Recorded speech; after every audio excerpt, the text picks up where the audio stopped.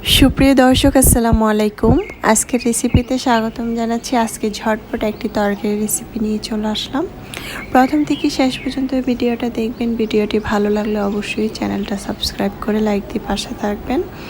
এই তো প্রথমে আমি মাছগুলো ভালোভাবে ধুয়ে পরিষ্কার করে এগুলো হলুদ মরিচ মেখে রেখেছিলাম আগে। এখন চুলায় একটি প্যান বসিয়ে পরিমাণ মতো তেল দিয়েছি আধা কাপের মতো। এখন মাছটা খুব সুন্দরভাবে ভেজে নিয়েছি। মাছটাকে এরকম করে ভেজে আমি মাছটাকে উঠিয়ে নেব এখন সাইড করে। এখন এখানে দিয়ে দিচ্ছি করলা আর আলু। পাতলা করে করলাটাকে কেটে নিয়েছি, আলুটাকে সেম পাতলা করে কেটে নিয়েছি। এভাবে ভেজে তরকারিটা রান্না করলে খেতে কিন্তু অনেক ভালো লাগে। অনেক সময় গ্রামের বাড়িতে কিন্তু এই ধরনের তরকারিগুলো খেয়েছি, খেতে ভীষণ মজা। আর এই তরকারিটা এভাবে রান্না করলে খেতে অসম্ভব মজার হয়েছিল। আমি বাসায় তৈরি করেছি, খেতে অনেক মজা হয়েছিল। আর ছোটোবেলা থেকে তরকারিটা খাই আমি, কারণ এই তরকারিটা খেতে অনেক ভালো লাগে। এই তো আলু এবং করলাটাকে খুব সুন্দরভাবে ভেজে নিয়েছি। এখন তেলটাকে জড়িয়ে আমি উঠিয়ে নিয়েছি। তারপর ওই তেলটার মধ্যে আমি এখানে দিয়ে দিব পেঁয়াজ কুচি।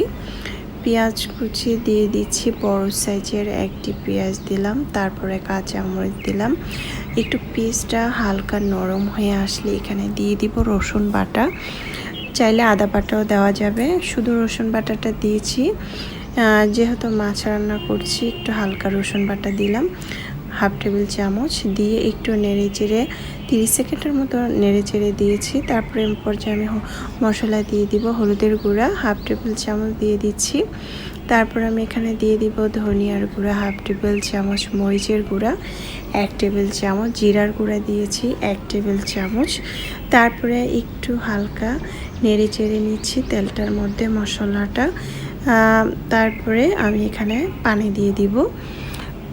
একটু পরিমাণ পানি দিয়ে মশলাটাকে আমি খুব সুন্দরভাবে কষিয়ে নিব। এই পর্যায়ে এখানে দিয়ে দিয়েছি লবণটাকে দিয়ে মশলাটা খুব সুন্দরভাবে কষিয়ে নিলাম, দেখতে পাচ্ছেন। তারপরে আমি যে ভেজে রেখেছিলাম আলু তারপরে করলা সেগুলো দিয়ে দিচ্ছি। সেগুলো দিয়ে আমি এখানে পানি দিয়ে দিচ্ছি। আমি এটা ফুটানো পানি ছিল সেটা দিয়ে দিলাম। পানিটা আমি এখানে 2 কাপ দিয়েছি। পানি বেশি আমার এখানে লাগবে না, যেহেতু আমি এটা ভাজা করে নিয়েছি। 5 মিনিট আমি রান্না করে নিয়েছি, দেখতে পাচ্ছেন। ধনেপাতা কুচি দিয়ে আমি চুলার আঁচটা বন্ধ করে দিয়েছি। মাশাআল্লাহ, দেখতে খুব সুন্দর হয়েছে, খেতে তো আলহামদুলিল্লাহ। এই ধরনের তরকারিগুলো দিয়ে ভাত খেতে অনেক মজার হয়। আমি তো একদম মাখা করে ফেলেছি। আপনার ছেলে ঝোল রাখতে পারেন। যারা নতুন রাঁধুনি তাদের তো অবশ্যই কাজে আসবে। আল্লাহ হাফেজ, এনজয়।